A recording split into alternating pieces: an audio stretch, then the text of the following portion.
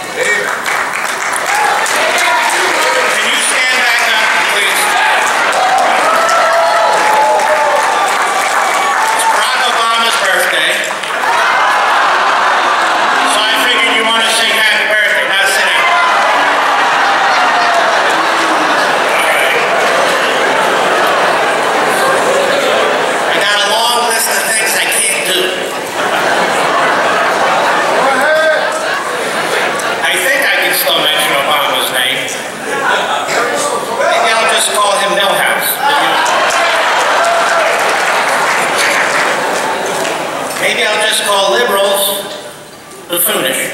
We'll have this code between us. No, we won't. All right, I have some serious things I want to talk about here because these are extremely serious times, and thank God for you folks. Well, I'm going to do a little bit of history and philosophy, and we'll get into a little bit of current information, but I have a limited amount of time. But I think it's important to remind ourselves of a few things on whose shoulders you stand and why you're such great patriots. Abraham Lincoln said that the greatest danger we face is from within. Ronald Reagan said that liberty is never more than one generation away from extinction. That danger has arrived. It has arrived, it's in the midst of our generation, and the danger is in fact from within. And what is this danger? It's the same tyranny that has hounded man from the earliest days. It is the use of power by a relative few to dehumanize the individual and delegitimate his nature. And this tyranny comes disguised as a desirable, workable, utopian governing ideology. It is proclaimed as new, progressive, modern, full of grand social plans and experiments, all of which in small ways and large leads to the individual's subjugation. Now, you're familiar with its various and deceptive nomenclatures: social justice, economic equality, and so forth. The people must come to despise their own society and those who've contributed to its success. Pull the plug on that damn clock. I don't care about that clock. We'll just keep going.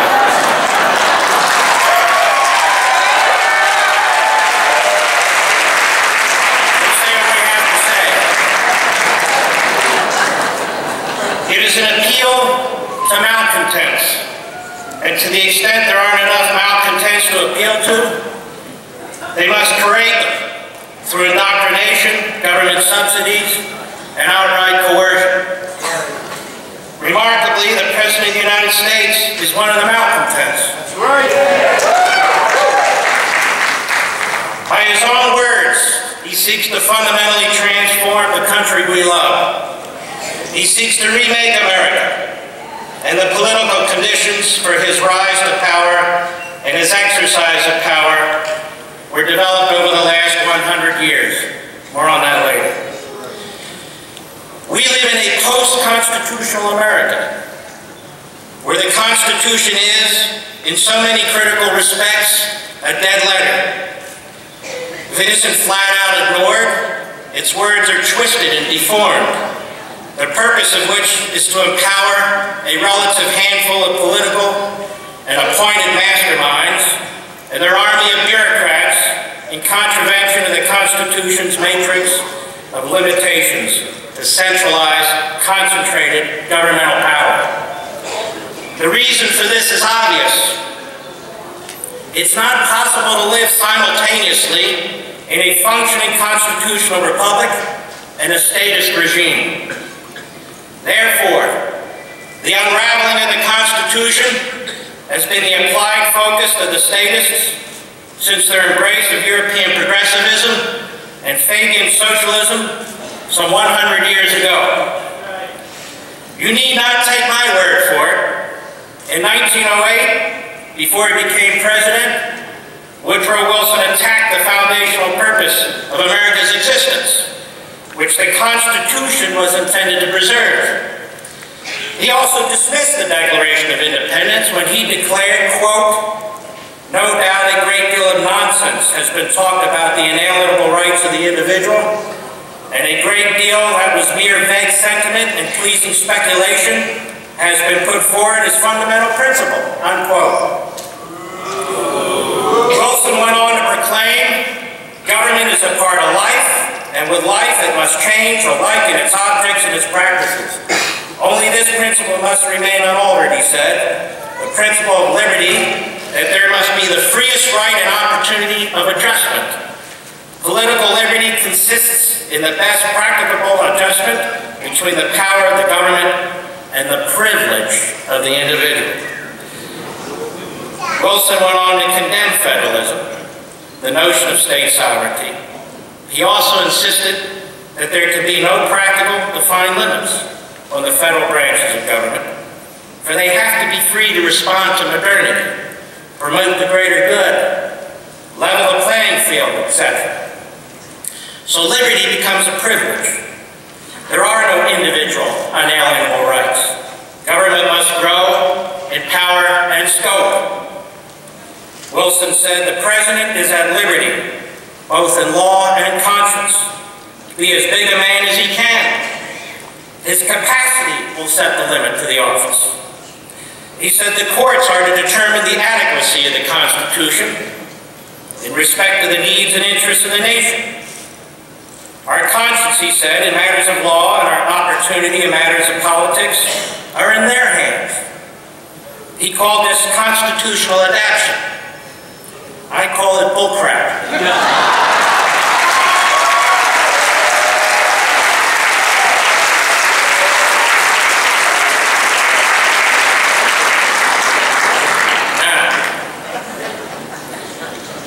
How's that for being intellectual?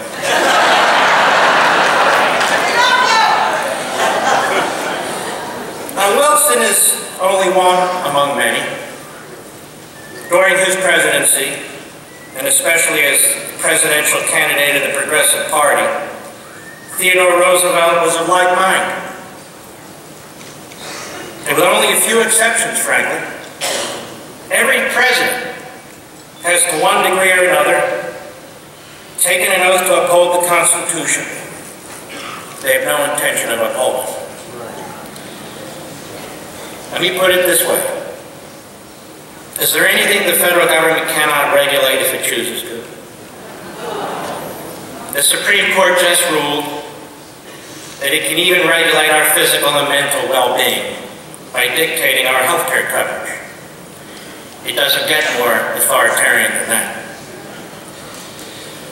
I've said before, I said here last year, so distant is America today from its founding principles that it's difficult to precisely describe the nature of the American government. It's not strictly a constitutional republic, because the Constitution has been and continues to be easily altered by a judicial oligarchy that mostly enforces, if not expands, the statist agenda. It's not strictly a representative republic, because so many edicts are produced by a maze of administrative departments that are unknown to the public and detached from its sentiment. And it's not strictly a federal republic, because the states that gave the federal government life now live at its behest. So what is it? It's a post-constitutional government in an increasingly authoritarian society, where the circle of liberty that surrounds each and every one of you is getting smaller and smaller. 100 years of constitutional degradation brought us to this perilous point, providing an opportunity for a president like Barack Obama to impose his will on this nation. As I said, it's his birthday today. But then again, so what? It's also Saturday.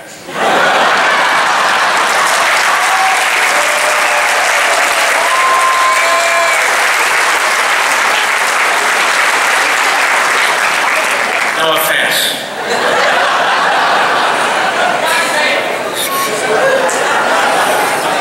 The fact is, never before has an individual occupied the Oval Office who has had more contempt for the country he leads and the people he represents.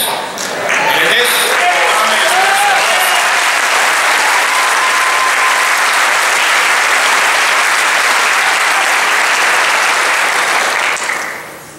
Obama said he seeks to fundamentally transform America. That's obvious. Well, if you want to fundamentally transform America, that means you don't love it, you don't appreciate it, and you don't respect it. Otherwise, why fundamentally transform it? Furthermore, Mr. President, you don't have the constitutional authority to fundamentally transform anything.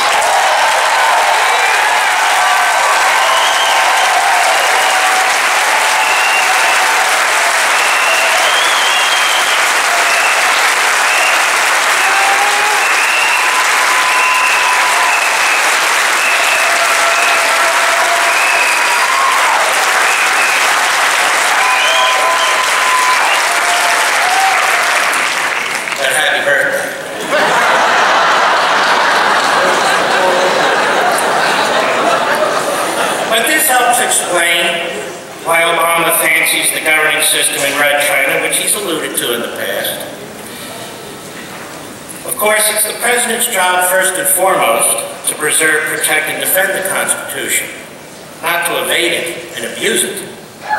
Yet Obama speaks often of his intent to act unilaterally by executive fiat, should Congress not bow to his demands. So much for separation of powers. And Obama's made clear that he will ignore, rewrite, or institute his own laws as he sees fit. So Obama refuses to enforce federal immigration laws while preventing the states from upholding them. He refuses to defend the Defense of Marriage Act despite the fact it was passed by Congress and signed by Bill Clinton. He violated the Constitution's Appointments Clause by declaring Congress in recess when it was not, and appointing 3 individuals to the National Labor Relations Board and 1 individual to the position of Director of Consumer Financial Protection. He violated the First Amendment's Religious Liberty Clause with the issuance of a regulation compelling religious institutions to purchase policies that cover free contraceptives. He asserted executive privilege without a legitimate constitutional basis to conceal documents involving the Fast and Furious scandal, as well as Eric Holder's false testimony before Congress.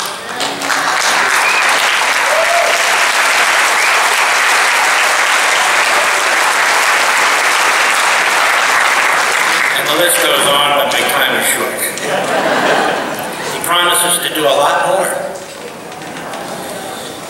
Moreover, Obama's contempt for free enterprise cannot be overstated. Never before has a president embraced so tightly the class warfare propaganda, and let's call it what it is, of the Marxist socialist left.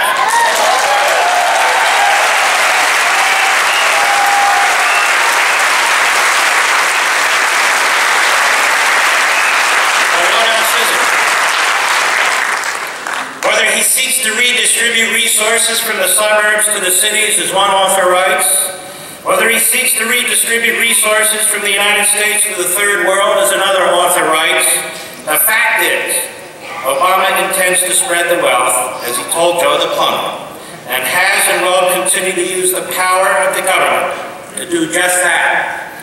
And in so doing, Obama continues to pound away at successful individuals, as he must. And as he said in 2008, our individual salvation depends on collective salvation. As we all know, by the way, capitalism not only creates wealth, it spreads wealth too, but through voluntary interactions and arrangements. Last month, Obama talked about the money you earn this way. So the money we're spending on these tax cuts for the wealthy is a major driver of our deficit, a major contributor of our deficit, costing us $1 trillion over the next decade. So we can't afford to keep that up right now, so I'm not proposing anything radical here, unquote. Since when does the money you earn, the fruits of your labor, belong to the government?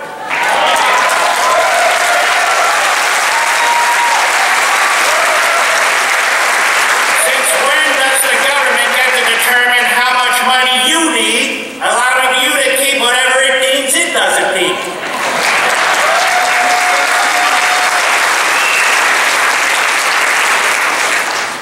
A few weeks ago, Obama infamously, I guess I should say, said, if you've been successful, you can fill in the blank, can't you? That'll go down in history, boy, I'll tell you what. Hopefully a footnote to a footnote to a footnote in history.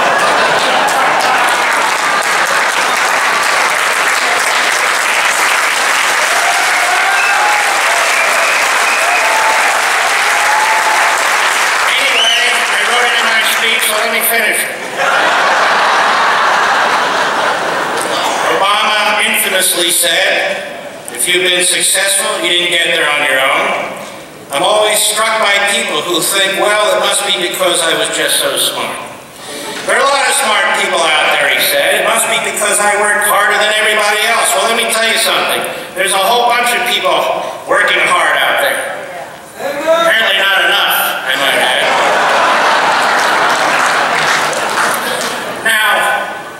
This is another assault on independent, self-reliant individuals. Obama finds the entire capitalist pursuit and the wealth it creates unworthy, if not immoral. He said, quote, we can't drive our SUVs and eat as much as we want and keep our homes at 72 degrees at all times, and then just expect that other countries are going to say, okay? Who gives a damn what other countries have?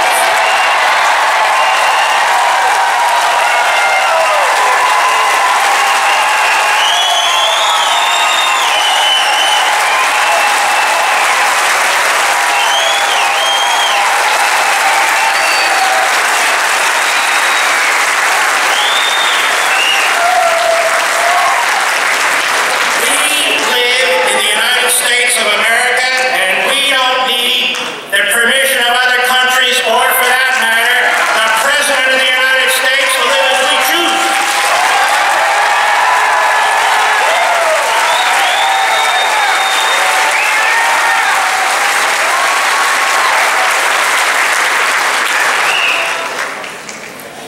And if I want it to be 72 degrees in my home, by damn, it's going to be 72 degrees in my home.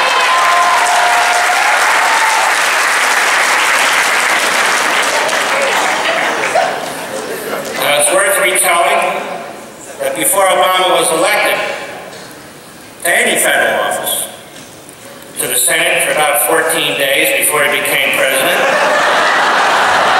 he surrounded himself with a network of like-minded malcontents and radicals who influenced his life's view. We're not allowed to talk about this, I think. The media and the Republican nominee said it's off the table. Nothing's off the table.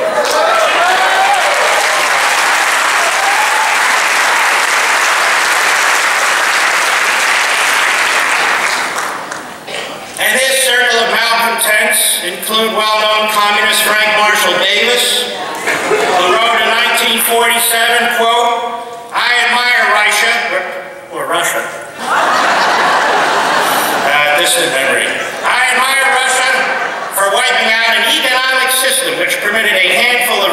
exploit and beat gold for the millions of plain people. 1947, I think Stalin was still around back then, as a matter of fact. Bill Ayers, co-founder of the Weather Underground in 1969, a self-described communist revolutionary. He concluded or participated in a campaign of bombing or attempting to bomb public buildings, including police stations, the U.S. Capitol building, and the Pentagon. Anybody have any friends like that around here? Rashid Khalidi, a one-time mouthpiece for the PLO. Anybody have any friends like that around here? Jeremiah Wright. I kept it. You give me the answer before I ask the question.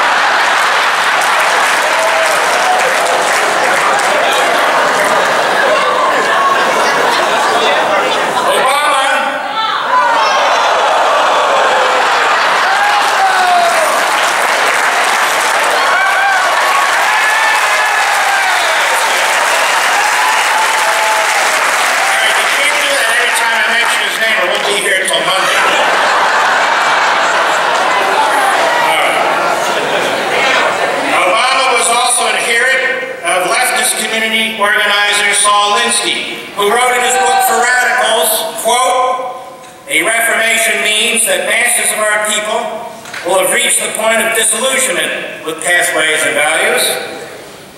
They don't know what will work, but they do know that the prevailing system is self-defeating, frustrating, and hopeless.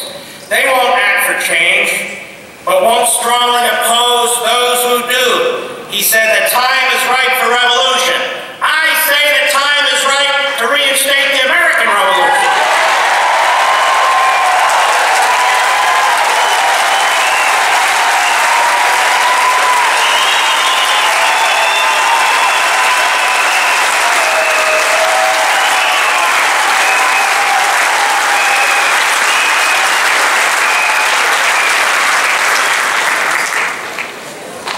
As President, Obama appointed a number of radical leftists to his staff. They included Anita Dunn, who cited Mao Zedong as one of her favorite political philosophers. Van Jones, who was involved in a group called... It's not his birthday today.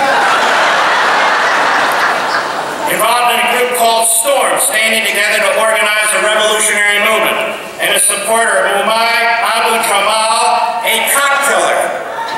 Carol Browner, who belonged to the Commission for a Sustainable World Society, part of the Socialist International, and many others. And I'm controversial for reading their resumes. That's who these people are.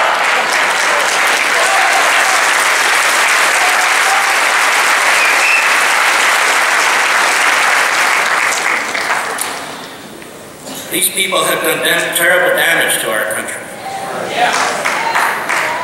The Obama administration has driven up our debt by over $5 trillion in 4 years, more than the first 41 presidents combined. The debt now exceeds 100% of the gross domestic product. They have contributed to the greatest loss of wealth since the Great Depression, with Americans losing 40% of their wealth since 2007. The real unemployment rate, or U6, is stuck at over 14%. Almost 8 million people have dropped out of the workforce since Obama became president. 46.4 million people are on food stamps, with spending on the program up 100% under Obama. The ranks of America's poor on track to climb to levels unseen in nearly half a century. How's that for utopia? Meanwhile, the welfare state is growing and collapsing at the same time as the day of reckoning nears. Social Security's unfunded liability is $20.5 trillion, and there's not a single proposal on the table from the White House to address it. The trustees estimate it's going to go broke by 2033. Medicare's unfunded liability is $38.6 trillion. The trustees estimate it will go broke in 2024. What the hell are our kids going to do? Somebody has to pay for this. There's no point in candy coating this. But let me add this, as I come to a conclusion here. We must take heart. We must take heart from and learn the lessons of this nation's history. America's founding, the Civil War, World War II. They were epic, and at times seemingly insurmountable wars of liberty against tyranny. The challenge today is in many ways much more complicated, because the danger is from within and uses the nation's instrumentalities against itself. No society is guaranteed perpetual existence. But I don't believe that this generation of Americans will condemn our children and our grandchildren and future generations yet born to centuries of misery and darkness. Will I look out at you, this audience? I see several thousand patrons, members of Americans for Prosperity, Tea Party activists, from every corner of this wonderful country. You're in the vanguard. You're the commanders. You're the Paul and Paulette Reveres who are working hard to rouse the rest of our fellow citizens to the dire, perilous times that we face. And it is left to you. You are our great leaders. You are our great heroes, to make sure that we are victorious. We have no choice. There's nowhere else to go. This is our country, and we want it back. God bless you.